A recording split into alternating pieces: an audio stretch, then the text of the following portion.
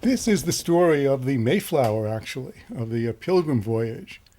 On 3 days before they, or 2 or 3 days before they landed, the majority of the people there, over 50%, were indentured servants. And they staged a revolt on board. And what came out of it is the famous document known as the Mayflower Compact, where all the people there were declared themselves equal, free and equal.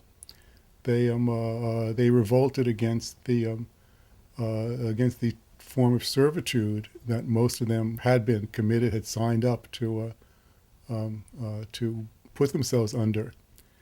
And through a revolt of revolutionary servants, the first New England colony, Plymouth, became a democracy of sorts. It was a limited democracy, but it was the most democratic society at that time in colonial America.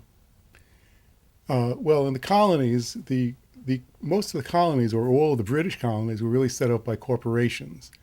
And as soon as possible, people who were hooked into it, who were often indentured servants, where they signed up for passage for a certain number of years, they would have to work off the money that the passage cost, and then they were able to get off on their own. And as soon as they got out, and many of them just ran away from that form of bondage, and went off into the wilderness.